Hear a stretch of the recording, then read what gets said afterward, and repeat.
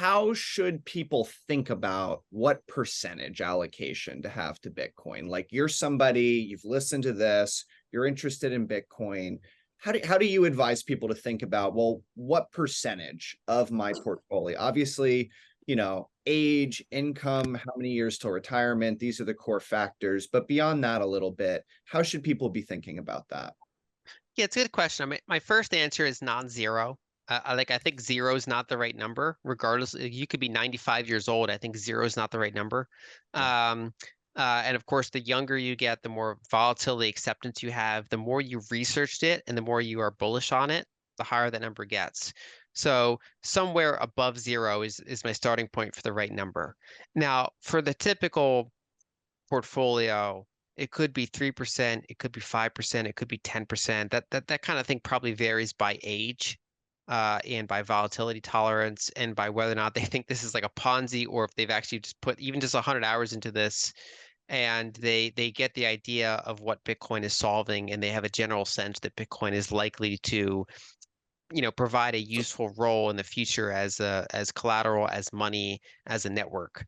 And so to the extent that they have any positive view at all, you probably should start considering a little bit higher allocation than whatever that's the smallest allocation is. Um, at the same time, as you're 60, 70, 80 years old, obviously you have to manage your volatility cautiously. And so you wouldn't want to necessarily over allocate, to the extent that you have family burdens, you have expenses that you have to support. But like, my family and my husband and I, we support a large extensive family and then a support family. We have a very large set of people that rely on us being relatively low volatility, highly liquid, flexible. And so we can't, I might be as bullish on Bitcoin as anyone, but I can necessarily put 90% of my net worth in a Bitcoin. I can't necessarily have my net worth fluctuate by 70% Sure. in a cycle. And so I have to take that into account in terms of my expectations. So again, there's a very broad range. Something in the mid single digits probably makes sense for a lot of people as like just a kind of a no thought baseline, if you just kind of picture a diversified portfolio.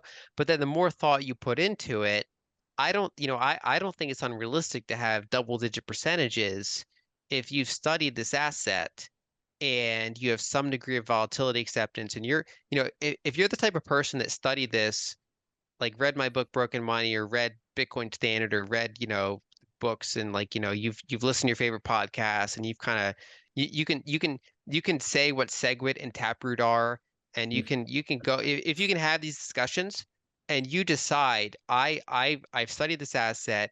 If it falls 85%, I'm going to buy more, right? That you're in a different scenario than the average the dentist that is just like, like I don't know what this thing is, right? So obviously it's going to depend on your personal assessment of the asset, but I think obviously non-zero is the Yeah. right number, and then there's a very large upside range depending on your interest and expectation of the asset.